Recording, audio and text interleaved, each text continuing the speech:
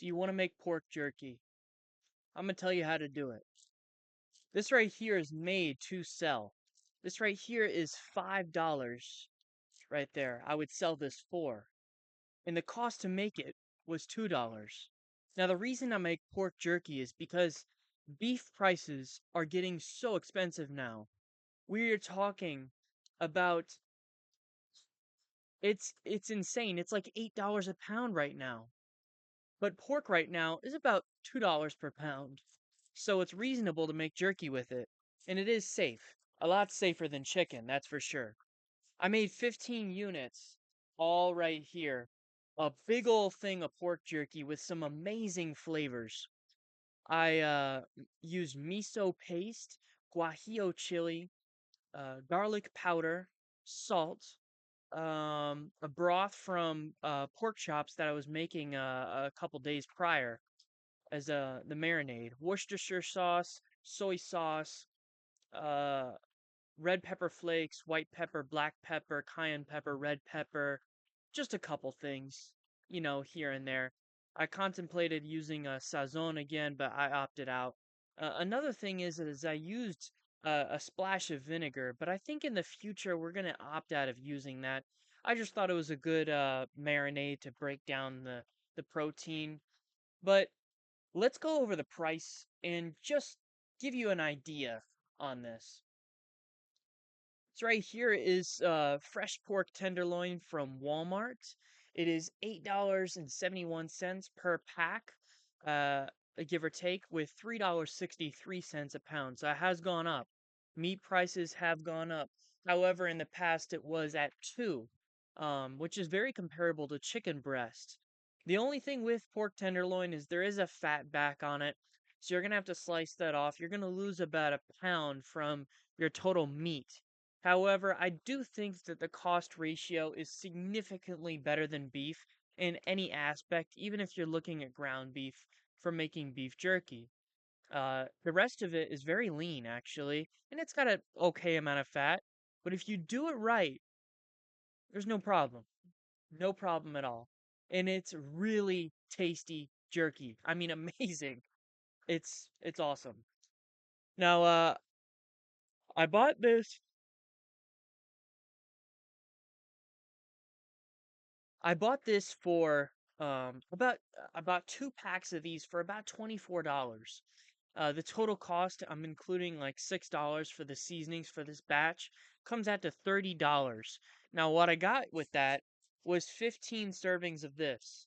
This right here at your local grocery store in a very large container, ultimately the same amount in a little sandwich bag, would yield probably $8 for that, maybe more. It cost me $2 to make that bag and $5 to sell it. So I'm definitely turning a little bit of profit here. I did the math and I'm basically going to make about $22 an hour based on my 2 hours of work.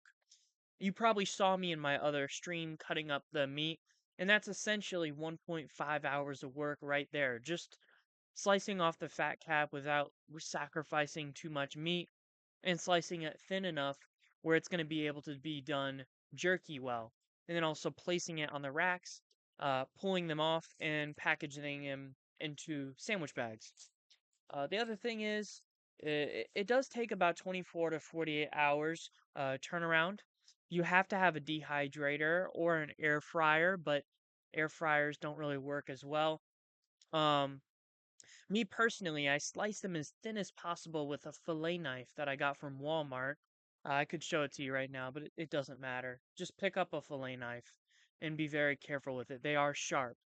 You want to get those thin slices. Another thing is to make sure that you try to freeze your meat for a couple hours before you cut it. It gives it more rigidity, so you're able to slice thinner slices without having it flop all over the place. I actually uh, sorry, cut my tenderloin into a couple strips. That's going to be very beneficial to you, just so you can get better slices out of it, a lot easier to work with. Now, I do recommend that you marinate this not just overnight or just not just a couple hours, but for 24 hours. So let's say you get off work one night, you buy your meat, and you cut it up and marinate it that night. The next night is when you need to start dehydrating. And what I actually do is I dehydrate overnight. So I got home at 2:30 one day, and I basically had it on the racks by probably 4:30, give or take. From 4:30 to the next morning at 4:30, that's 12 entire hours I dehydrated them. And the reason is because homemade jerky is very it's a lot it's a lot thicker than what the machines are able to be done um at the facilities where it's like Jack Links or whatever. But they also have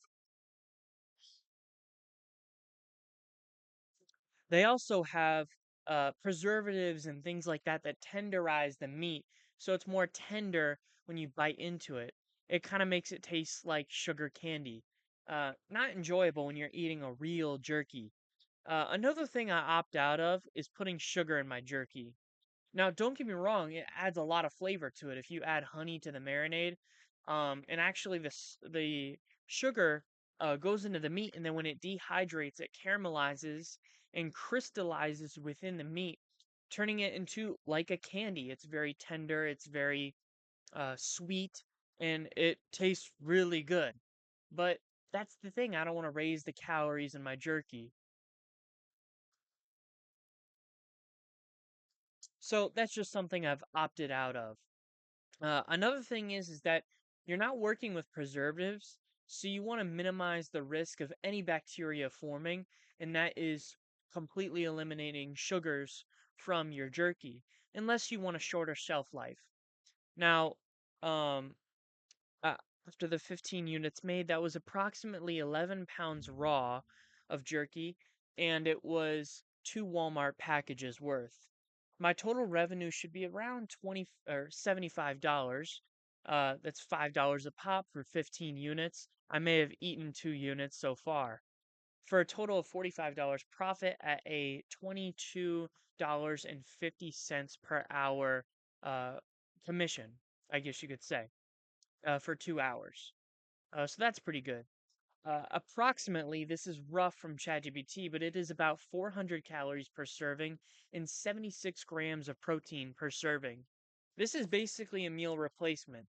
However, I would not eat this as a meal because it doesn't have any volume or moisture in it. However, throughout the day, if you are hungry and the gum is not just doing it for you, jerky is amazing because it's got a bite to it and it really does fill you up because it is just straight protein. And I mean, it's lean, it's a great snack. It's a great way to use in between meals. And actually, if you kind of nurture this throughout the day in between meals, you can eat 1 pack of these, boost your protein for the day, and overall feel very sustained throughout the day. Sorry for the yawning. Now, this was amazing. It tastes better than the store. And I just want to throw out some times to you. It's about 160 degrees Fahrenheit on my dehydrator at the highest setting. And basically, you can have jerky done in about 4 hours. 8 hours is going to be good for jerky that you want for with a little bit of bite. That's usually for your most of your consumers. Uh, However, I go for 12 hours just because it's easier because I don't have to wake up in the middle of the night to make sure it turns off, but also because I want to use less salt. I try not to use as much salt in my jerky, and that means that I need to dehydrate it for longer to make sure the moisture stays out. Um, and it also gives it a nice crisp bite when it first comes off the dehydrator. And for the first week that you have the jerky in these grocery or sandwich bags, they're very crisp and they've got a good bite to them, and I really enjoy that. Um, I just think that that's a better experience overall for a homemade jerky. But you're welcome to do whatever you want. Soon I do plan on making a chicken jerky that will only be for me because I want to test it first. Usually that's heard of for dogs and stuff like that, and salmonella is definitely a concern. So I would not be selling that. But I am very interested in making some because it is the best price for the leanness. And there's not a lot of work on removing the fat from it, so that is another plus. And also, I mean, it's chicken. That's gotta be fun. But anyways, that's it for jerky, right? But what if you want something that's got a little bit more volume to it? This right here is a pickled medley that you can see I used with onions, celery, and carrots. Now, the reason I opted out of cucumbers is because every time I've tried to make pickles on my own, uh, the cucumbers get a little soft. And really, that just comes down to the temperature of the broth that you're pouring over it. And I just don't want to figure all that out. I have a thermometer, I just don't want to bother. So, what I found was the most crisp vegetables for the best price and the best volume. Celery is by far my favorite. I actually am going to go to celery full time after this. I really enjoy celery for that aspect. You get a bunch of volume, a bunch of water, and it tastes great when it's pickled. Another thing is onions. Onions are great when they're cooked. Raw, ooh, you're psycho. But pickled, they're the best. There's no like bite to it, and you know what I mean? Another thing is carrots. They don't really soak up a lot of the broth, but they do soften a little bit under that heat, and it makes it more enjoyable. And a lot of the bitterness from raw natural carrots that you get before you like cut them down and cook them is completely eliminated with a good solid broth. Now, I do use my special spice blend for this task, along with some dill weed, I think it's called. What else? A good amount of salt. So it's 2 teaspoons of salt, 1 cup of vinegar, white vinegar to be exact, but you could use whatever vinegar you want, and 1 cup of water. Now you scale that broth up to maybe 6 to 7 cups of vinegar and 7 cups of water and technically 14 teaspoons of salt, and you are good to go. Just use a high quality Celtic salt or something like that, and maybe a apple cider vinegar if you're feeling frisky, along with a good seasoning like mine, which has every pepper known to man that I've ground up in a blender and have as a go-to option for my multi-seasoning. I have to make a video on pepper soon. That's going to be fun. What else is there? I think that's it. Anyways, enjoy your pickled medley, enjoy your pork jerky, and I'll see you next time. Peace.